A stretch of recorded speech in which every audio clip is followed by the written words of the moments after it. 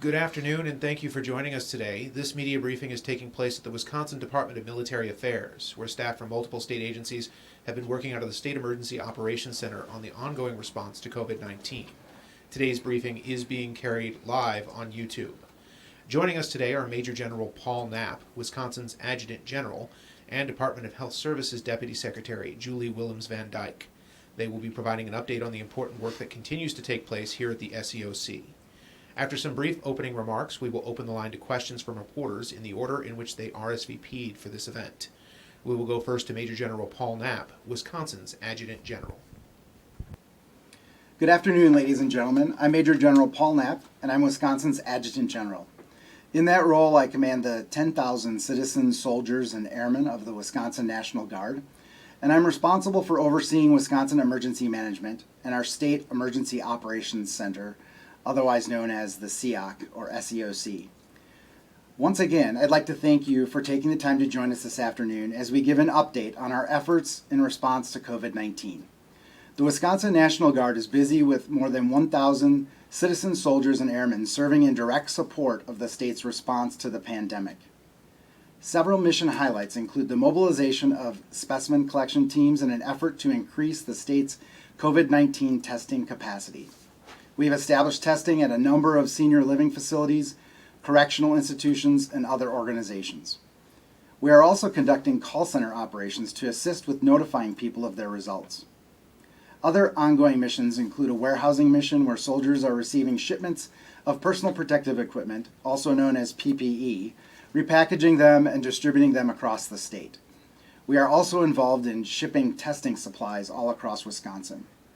We have additional citizen soldiers serving as temporary nursing assistants, and we are supporting state-run voluntary self-isolation centers in Madison and Milwaukee with medical monitoring and administration.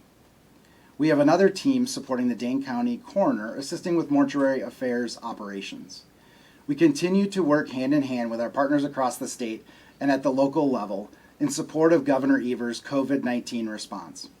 I'm extremely pleased with the soldiers and airmen who have played such a vital role in this response. I am equally proud of our State Emergency Operations Center, where members of Wisconsin Emergency Management are working hard behind the scenes. The work being done out of the SEOC has been critical to ensuring PPE and specimen collection supplies are making it to those working on the front lines of the response to COVID-19. I'm very happy to report that yesterday we welcomed home approximately 150 soldiers returning home from Afghanistan.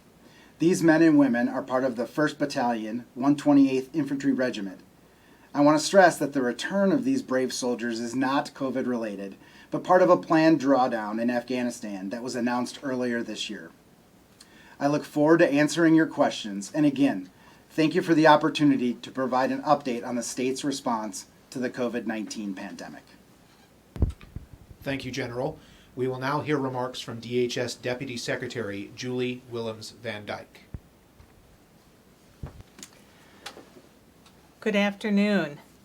I am very pleased to be with you this afternoon as well, and would like to talk with you about where we stand with testing and tracing. Testing, tracing, and tracking the spread of COVID-19 are key components of our Badger Bounce Back Plan, and none of them can happen without an adequate supply of the PPE that the General was just speaking about, or adequate hospital capacity to both treat COVID-19 positive patients and provide care for all the other conditions that make us sick. Badger Bounce Back is an interconnected plan. No one part of it is enough on its own, and all parts need to happen at once. So, as I mentioned, today I'd like to dig into testing and tracing with you. Testing is integral to Badger Bounce Back. We've all heard this from the national media from the very beginning of this crisis. We need more tests, and they're right, and here's why. Even though we have done an outstanding job of flattening the curve by staying safer at home, we are all still susceptible to COVID-19. So to make it safer to leave our homes, we need to substantially increase testing so we know who has COVID-19 and we can make sure that ill people and their contacts who may be incubating the disease continue to stay at home until they're through that incubation period. It's about isolating or boxing in the people with the virus rather than isolating and boxing in all of the people. So taking our lab capacity from the ability to perform 0 COVID-19 tests in early March to nearly 11,000 tests per day now is one of our success stories here in Wisconsin. But capacity is not the same thing as utilization, and we have some work to do here. Currently, we are using between 2,000 and 3,000 of those 11,000 tests per day. The most important thing for the residents of Wisconsin to know is that we are increasing to testing and that anyone with symptoms should contact their healthcare provider and ask to be tested. This is a big change in the guidelines for our healthcare providers when it comes to test access. Only a month ago, we told them that they should only test the most ill people due to the shortage of testing supplies. We've recently updated our guidelines to encourage this widespread testing, and we acknowledge that it's a big shift, which is why we have a team here at the SEOC working with healthcare providers. Clinics that would typically counsel people to take care of symptoms at home so they don't bring infections into the clinic are now being asked to change from an individual health focus to a public health focus, and that means bringing in more people to test. But testing alone is not enough to contain the virus. Another key part of Badger Bounce Back is tracing every one of those positive tests. This means that we contact everyone who has a positive test, and in fact, we are moving to contacting everyone who has a test, even before they know the results, to let them know they must isolate at home until their test results come back. And then if they are positive, they need to stay at home until they are symptom-free for at least 3 days. We also need to identify the person's close contacts who are at greatest risk for developing COVID-19 and spreading it to others, so that we can tell them to quarantine at home for 14 days, that period of time when they may become sick. Contact tracing begins with your local health department, and because of the increasing workload, the State Department of Health Services has also been supporting many local public health departments in this endeavor. To help with their workload, DHS has trained 259 contact tracers from our own department and other state agencies. These contact tracers are currently working in the field, and we are onboarding 78 more, plus an additional 50 who will start training this week. Our goal is to have 1,000 contact tracers between the DHS surge capacity and the capacity of local public health departments. We are also investigating ways that technology can assist us with this very big task. Just think about what we're aiming to do. If we conduct 85,000 tests per week, and 10% of them are positive, as we're seeing now, we will need to interview 8,500 people. And if each of them has 5 contacts, that's another 42,500 people to call. We're not there yet, but we're making progress. Just like Badger Bounce Back is an interconnected plan, the SEOC is doing work that is interconnected with the work you are doing by staying safer at home. By limiting trips to only going out for the essentials and physical distancing, you are all working to flatten the curve, just as we are taking actions like expanding testing and contact tracing to make our community safer once we begin to open up more businesses and services. Thank you for your partnership and for all of your hard work, and I too welcome your questions. At this time, we will open the line to questions from reporters. Reporters will be called on in the order in which their RSVP was received. In the interest of time, we'll be taking one question per outlet. All lines are currently in listen-only mode. Once called on, reporters should dial *6 to unmute their lines. Once you've asked your question, we please ask that you remute your line using *6 again. We will begin with Ryan Curry from NBC 26. Ryan?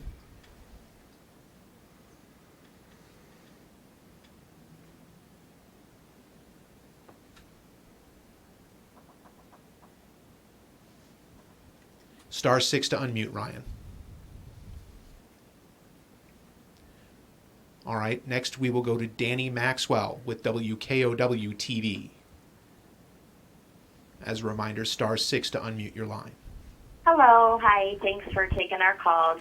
I wanted to talk with Ms. Van Dyke again, or just ask another question about contact tracing, which you talked a lot about here, but just wanted to, if you can expand on just DHS's efforts to expand contact tracing, getting more people doing this, and how this really works to fortify additional testing and getting a handle on the status of coronavirus in Wisconsin. You bet, Danny. So right now, there's two things I want to say. First of all, contact tracing is nothing new to public health people. We have been doing this for centuries to control disease, and every day for many different diseases, your local public health department follows up with people to assure that they have proper protection or prevention of spread of disease. So this is a very common skill that public health practitioners have. However, I like to say this is like contact tracing on steroids. Because of the number of people we're talking about, because of the number of susceptible people we're talking about, we need to both increase the number of people who are doing this, and we anticipate as we test with much larger numbers, it will exceed the capacity of local health departments, and that's where the state stands ready to assist them in these efforts. The other thing we've recognized is there are ways to allow technology to help us with this. And so we are working quickly, looking at vendors that can help with ways that we might be able to do some of this contact tracing through texting or through online applications. And third, the thing that is really important as we move forward with this is that it is done in a timely manner. Right now, oftentimes someone has a test. It takes several days for the report to come back. It may take another day to come into our data system, and then a contact tracer is calling them. So it may be, 3, 4, 5 days from the time their test is done. With this new approach, what we want to do is start the contact tracing when the test is taken, so that everyone who has a test knows, I need to isolate until I get this test result. We know we're getting all the good contact information to be in touch with that person once we have the test results, and so it's moving it much earlier in the process. I hope that's helpful to you. Thank you. We'll go next to Sean Kirby with Wisconsin Health News. As a reminder, Star 6 to unmute your line. Hi, thanks for taking. In terms of the National Guard specimen collecting teams, how many of those have been sent to nursing homes, and can you identify what nursing homes they've been sent to? And is DHS looking at widespread testing of nursing home residents and staff? First off, to address the National Guard portion, we have sent National Guard specimen collection teams to a number of long-term care facilities and nursing homes. You have seen a few of them in the news already. I don't have a list in front of me of the exact locations where they've been so far, but they've been very successful in both getting the tests and then helping those facilities to further do isolation and other protective means to keep their residents safe. And in terms of DHS and our recommendations about further testing, we are continuing to refine those, but what I can assure you is that certainly we will prioritize our most vulnerable citizens in testing, which does include older adults. And so we've worked very closely with the National Guard and with our public health and emergency management partners as we've seen outbreaks in nursing homes to be able to do this aggressive testing to protect the health and safety of the residents of those facilities. Thank you. We'll go next to Rachel Glosh with WTMJ TV. As a reminder, Star 6 to unmute your line. Hello there. This is for the Deputy Secretary. We know the response to the lawsuit filed last week by the state legislature is due to the Supreme Court today.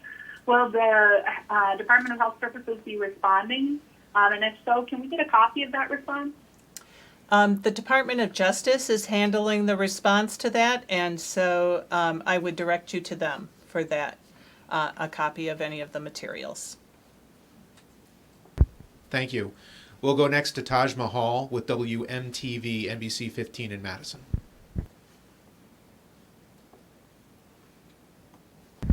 As a reminder, *6 to unmute your line. My question has been answered. Thank you. Thank you. We'll go next to Mason Dowling with WAOW. Mason, *6 to unmute. Hi, can you hear me? Yes, we can. Perfect. This question is for Deputy Secretary Van Dyke. I just wanted to ask your opinion. Given the fact that we're seeing kind of daily small spikes, especially after late last week, early this week with Brown County, in the number of cases being reported, and we're starting to open up through Governor Evers more things that people can do, what do you think the state of the curve kind of is right now in Wisconsin? Well, what we know is that this is a ferocious little virus, and it is very infectious.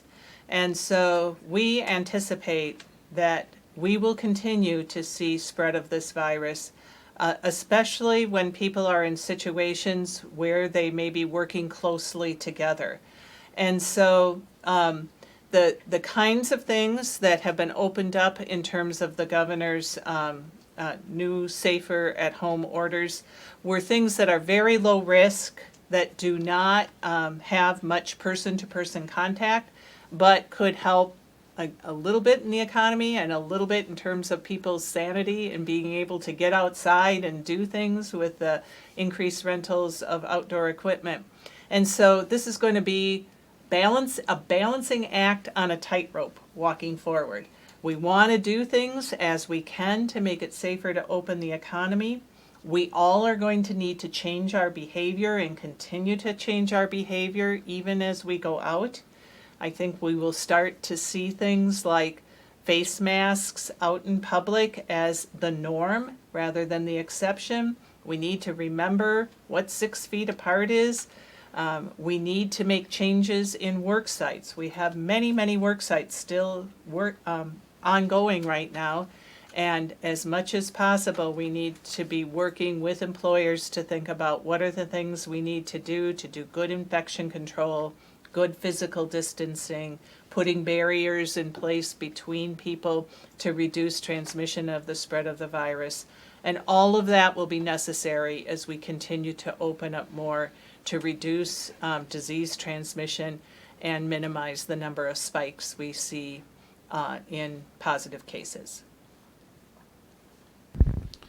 Thank you. We'll go next to Scott Bauer with the Associated Press. As a reminder, *6 to unmute your line.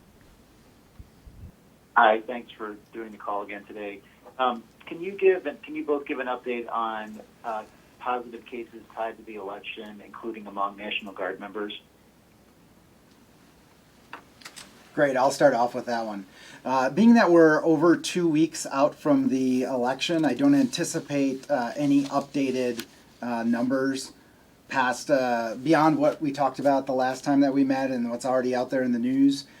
We've already, I think it's 18 days since the election, so any new cases involving Guard members that may have served at the polls really would have no way of directing those back at the election. And as I mentioned and the Deputy Secretary mentioned the last time, it's really difficult to tie positive cases of COVID to include people who are symptomatic with the election, since there are so many other activities that these folks are involved in every day, going to the grocery store, or not, hopefully not every day, but often going to the grocery store and hardware store and all these other places.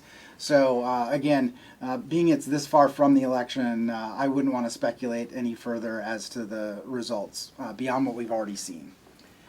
And Scott, I don't have the latest numbers. As you know, we've been tracking that. I'll be sure our media team gets back to you with what we saw as of today.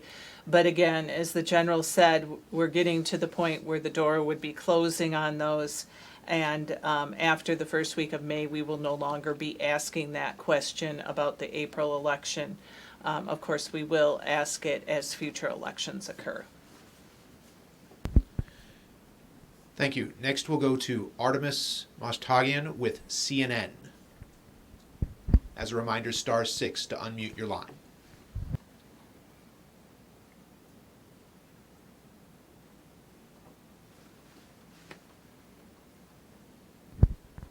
All right, next we'll go to Shemaine Mills with Wisconsin Public Radio. Shemaine, *6 to unmute.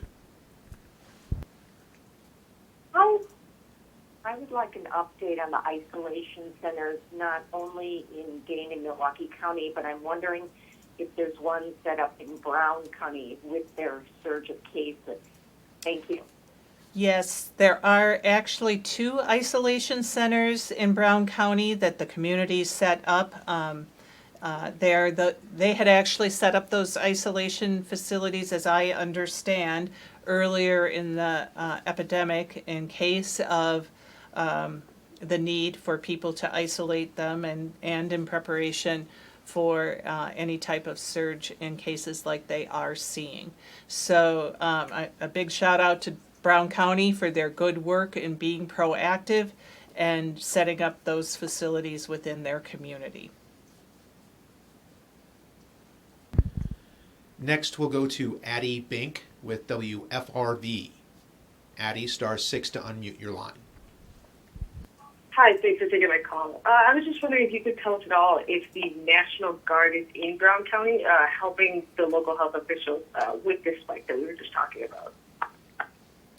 Hi, Addie. Yes, in fact, we are. We've had a liaison team up there for the last few days, working hand in hand with the local public health officials, emergency managers, who are doing a great job of communicating with the health providers in the area, law enforcement, and all of the different pieces and parts that will be involved in getting widespread and in some cases targeted testing out to that area in Brown County. Thank you. Next, we'll go to Jeremy Janen with Urban Milwaukee. Jeremy, *6 to unmute your line. For the Deputy Secretary, can you talk a bit about when you're hiring contact tracers, who are those people, where are you finding them, what kind of skill sets do they need? Sure. Well, traditionally, they're people with training in public health, but very quickly, we're helping lots of people across the state become public health practitioners, including my friend here, the General. And so we really want people who are good with people, who can conduct an interview in a way, who can be meticulous in terms of data collection, because this is both an extensive data collection opportunity and an important opportunity, to provide information to the people that they are talking with. We also need people with a sense of empathy. This is not an easy job right now. Think about a contact tracer who is calling someone 5 days after they have a test and they may be very ill. And part of what they may be telling them is you need to go back to your doctor. And sometimes you're calling someone who has been a contact to someone who has had COVID and died. And so we need contact tracers who have empathy for the tragic effects of this virus. We also are surrounding our contact tracers with people who have social service skills, because what happens when we call, for example, someone who is living with their elderly parents and cannot safely isolate in their own home? How do we help them get to an isolation facility? That's why these facilities are so important. Or a single parent living with their children. How can we provide childcare or alternate isolation for the kids? And so if you can't get to the grocery store, how are you going to get food if you're that single parent? So it's both the people doing the contact tracing and setting up a system around them of, to make sure that people can safely stay at home. Thank you. We'll next go to Ricardo Torres with the Milwaukee Journal-Sentinel. Ricardo? As a reminder, *6 to unmute your line. Thank you. Yes, my question is for the Major General. I was wondering if he could expand on operations at the State Fair grounds and St. Francis Seminary. Sure, Ricardo. Yes, so at the State Fair Park, there's an alternate care facility set up there, and what that is that is extra surge capacity for local, both local and statewide hospital systems should they reach surge capacity and not be able to have capacity for incoming patients. When we brought the Army Corps of Engineers in, they designed that facility, and it's been a great example of a team effort in Milwaukee. All of those partners that I talked about in terms of Brown County came on board, and they set up that outstanding facility there at State Fair Park. And we've talked many times, we get the question as to how many patients are there or what are the plans to use it. And one of the things, and currently we don't have any patients in it, and that's a testament to how well we've done across Wisconsin in preparing for the eventuality and keeping, as the Deputy Secretary says, keeping the number of beds available greater than the number of beds needed in this battle against COVID-19. In terms of St. Francis, that's the location of one of the isolation facilities. That facility is set up by the city of Milwaukee, and the Guard is involved there in helping with medical staffing and administration at this time. In terms of in-depth questions on that, I definitely direct you to the city of Milwaukee for more information on that facility. Thank you. Next we'll go to Dan Malloy with Spectrum News 1. As a reminder, Dan, *6 to unmute. Hi, first question is for General Knapp about just kind of an update on the National Guard's role in the alternative care facility, if anything's changed in the last week. And then for the Deputy Secretary, how health departments are determining when and whether that facility will be necessary to use at all. Thanks. So for the first part of that question, in terms of the National Guard involvement at the alternate care facility, there really is no change right now. Once that facility was stood up and outfitted, it was largely turned over to the local officials and healthcare providers to staff and run that facility. We do have approximately 60 National Guard men and women there in a temporary certified nursing assistant role, or they're assigned to the alternate care facility. They're not right there right now, but they're assigned to it and ready to assume those duties when the alternate care facility would start receiving patients. And just quickly, in terms of health departments themselves will not be referring patients to the alternate care facility. This is a facility for patients who have been in the hospital, so we're working closely with hospital partners on this. It is an opportunity for, if hospitals are reaching their surge capacity, they can move COVID-positive patients to the alternate care facility who are in the recovery stages and who are pre-discharge but not quite ready to go home, who need a light level of care but not an intensive level of care. But it is simply a transfer from hospitals to this facility.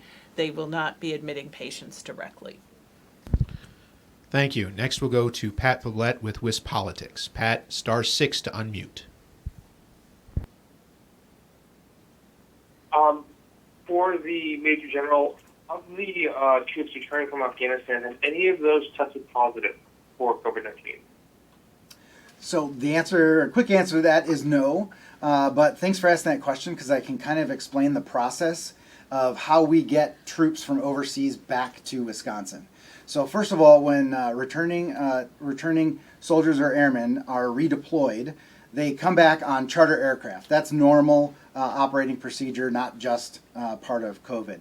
So those 150 soldiers came by a charter aircraft, and they actually went to Fort Hood, Texas, where they were in quarantine for 2 weeks, and they also did their demobilization process there.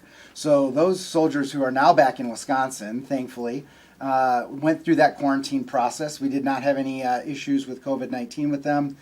They then flew another charter aircraft from Fort Hood, Texas, to Minneapolis yesterday, where we were able to meet them and welcome them home. Unfortunately, we couldn't have their families there at the reunion, but we put them on buses that took them to all over the state to their nearest armory, where they were able to meet their families and start reintegrating back into life in Wisconsin. Thank you. Next, we'll go to Mitchell Schmidt with the Wisconsin State Journal. Mitchell, *6 to unmute your line. Yeah, thank you all very much for the call today.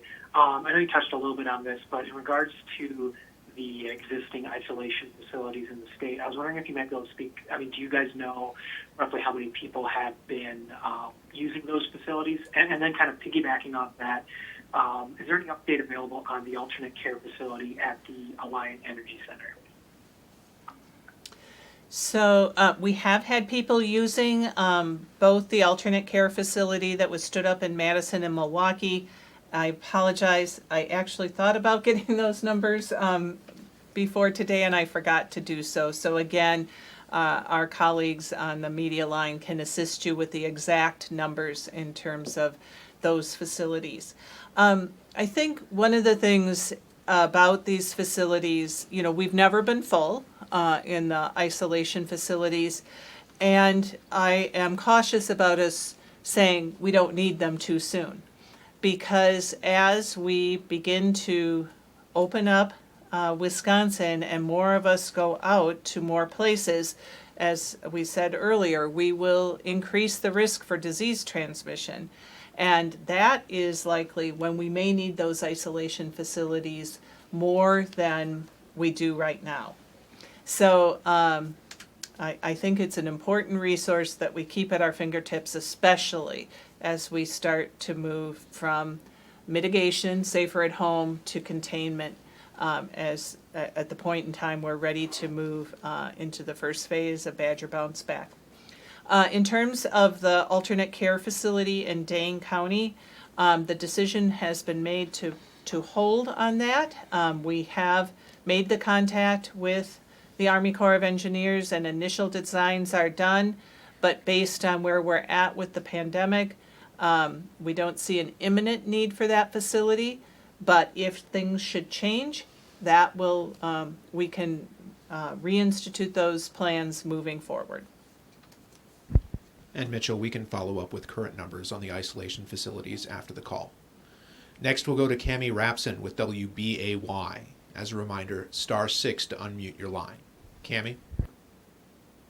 Good afternoon. This is for General Knapp. I wanted more specific details on the Brown County situation involving the National Guard. The first part of this, some numbers. How many teams are going to Brown County and how many people are on a team? And the second part, where will you be doing your work? What type of work will you be doing? Kind of walk us through what a National Guard member will be doing in Brown County. Thank you. Thanks for that question. So in terms of what we'll be doing, we're still developing the plan of action with the local health and emergency personnel. So the number of teams has not been solidified. Right now I have 2 teams earmarked for that operation, but that could go up or down depending on the demand from the local public health and healthcare community.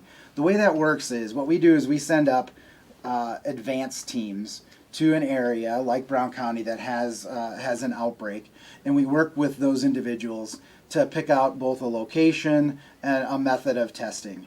So there are a lot of different ways that we can set up a test site.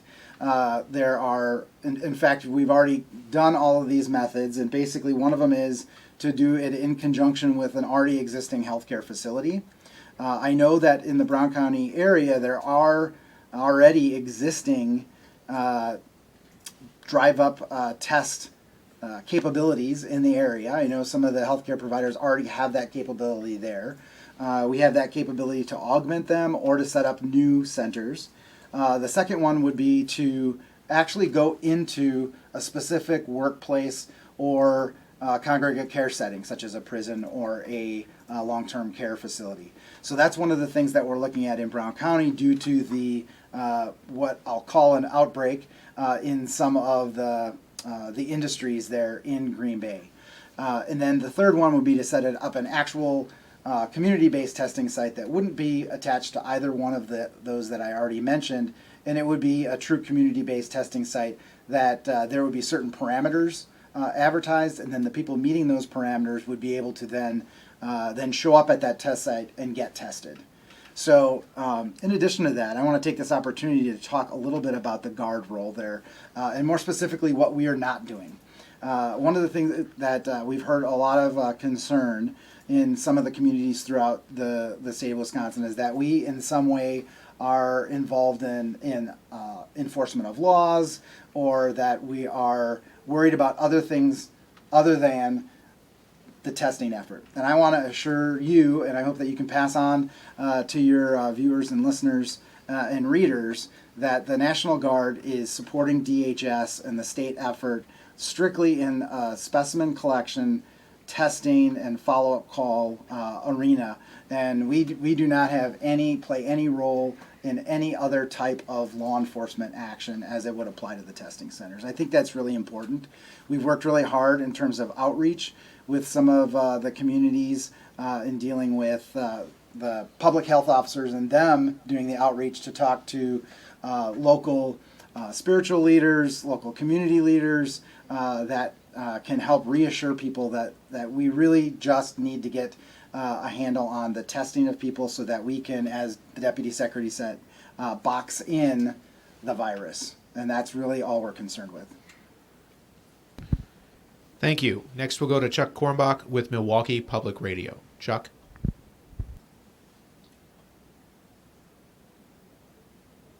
Good afternoon. Tomorrow in southeastern Wisconsin, there's going to be an example of drive-through testing for COVID.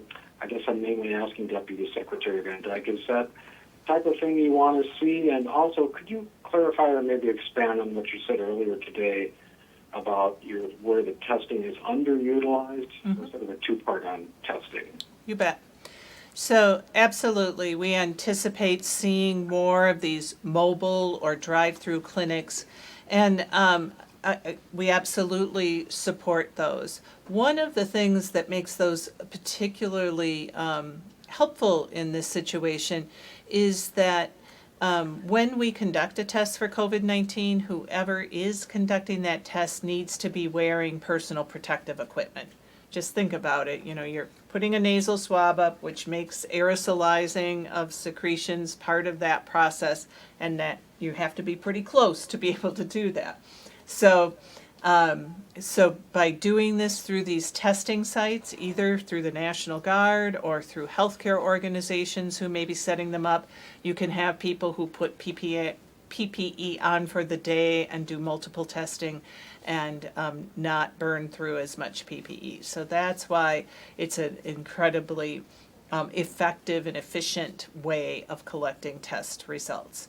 So when I was saying earlier that we have worked on our laboratories and businesses like Exact Sciences helping us increase the number of tests that are available, but yet only having about 2,000 to 3,000 tests done per day. I was referencing there are a number of things we need to solve for to get from 2,000 to 3,000 to closer to 10,000 or 11,000. Part is we're working on our criteria for who needs to be tested. If we, what we have said to this point is everyone who has symptoms of COVID-19 should get tested. And what we're learning about COVID-19 is in the early days, we said that was fever, dry cough, and shortness of breath. What we're learning is COVID-19 can have a whole lot of other symptoms. things like muscle aches and sore throat and headaches, and as many of us have heard, loss of the sense of smell or taste. So it's broadening those symptoms, so broadening who receives testing. We are looking at whether testing of people who don't have any symptoms makes sense. We haven't made official recommendations there, but that could change things as well. And if we started saying anybody should get a test, you know, we're going to blow past 12,000 tests a day pretty quickly. We need to make sure we have enough PPE. And as you've heard, that's an issue. And so we continue to work on that, and that's where drive-through sites are very helpful. And then finally, it's also helping healthcare practitioners think about this in this public health mindset, that doing the test is really as much about identifying who has the disease so we can do the isolation and quarantine, even though it may not change what the healthcare provider would say to that or how they would treat that patient anyway.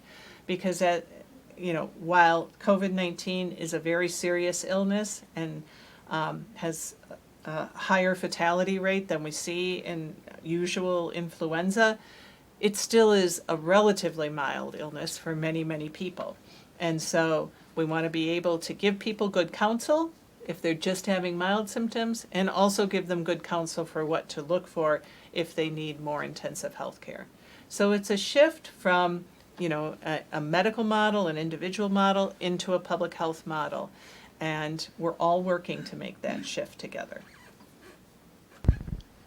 Thank you. We'll next go to Denise Lockwood with Racine County Eye.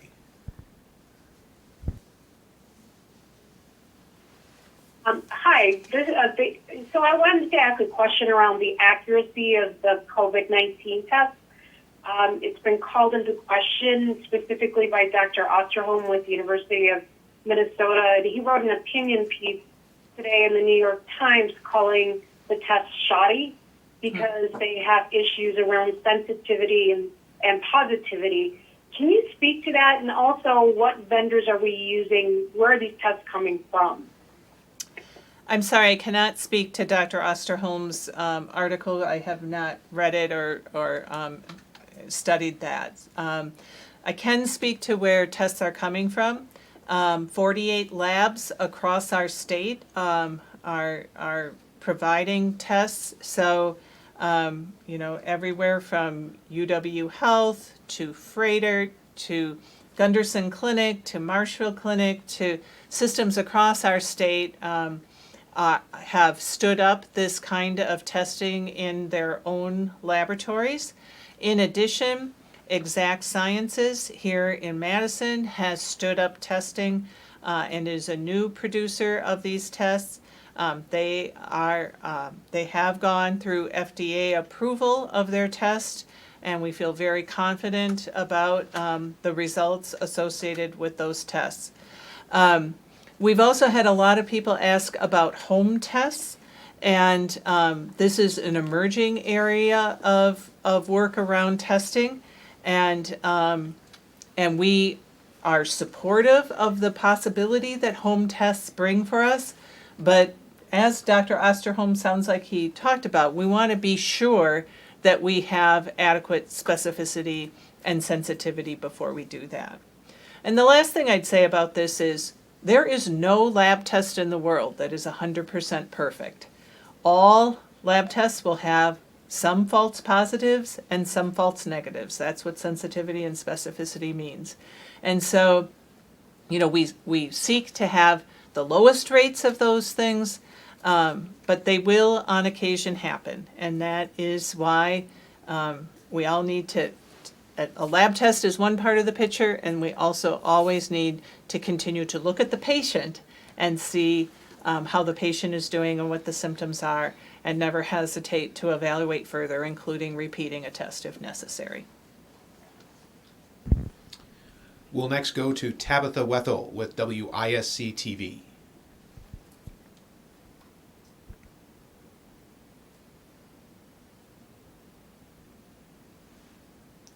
As a reminder, *6 to unmute.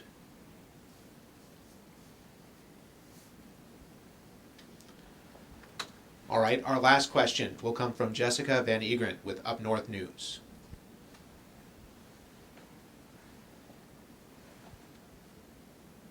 Hi, thanks for taking my question today. Again, my question is about the outbreak in Brown County. There were 1,200 employees at the JBS plant, and from what I understand from the health director in the county today, 255 have tested positive. The plant is no longer open.